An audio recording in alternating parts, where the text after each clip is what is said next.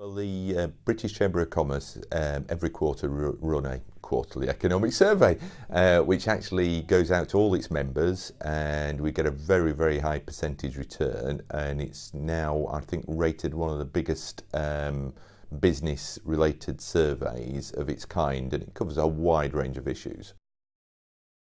As far as actual money in the till, a customer spend is much the same as it was this time last year, but profits themselves are slightly down, which is mostly due to the fact that all of our suppliers, be it the medical supplies that we use or physical frame manufacturers, they do all trade in US dollars because they're all generally bigger multinational companies.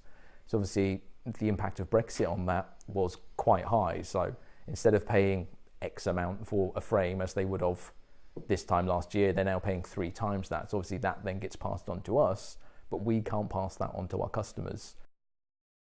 We've had a really good year. NOR has grown 40%, which we've actually maintained now for the last 4 years solid. So we're really very pleased about that. There are definite pressures for us from the UK market, but where we're seeing some pressure in the UK, particularly in profitability. So for us, 50% of our business is now export, which we're incredibly proud about, but we want to continue to go further forward. So we're just launching in China, in the US. We're in discussions regarding India as well, because that's a market that for confectionery is actually, there's a really good opportunity there.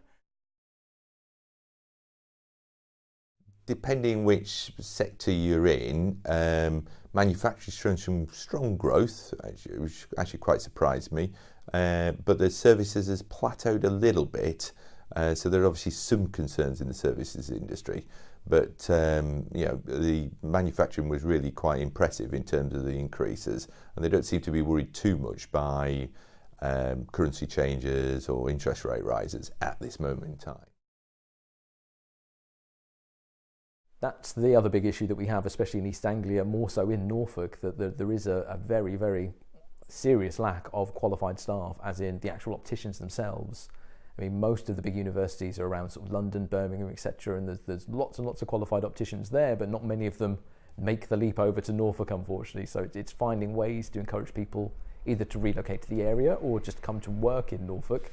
But yeah, the actual price itself of hiring an optician is almost to the point that it far outweighs what they actually bring in to your company. So yeah, quite often the price that we charge again for a sight test doesn't come close to covering the cost of hiring that optician for a day.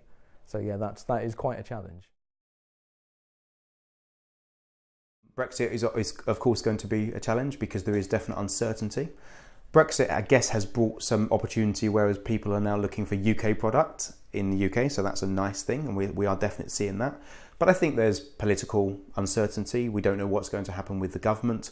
We don't know what's going to happen with EU negotiations. In reality, a transition period is quite good, and I think that's something that I certainly would welcome.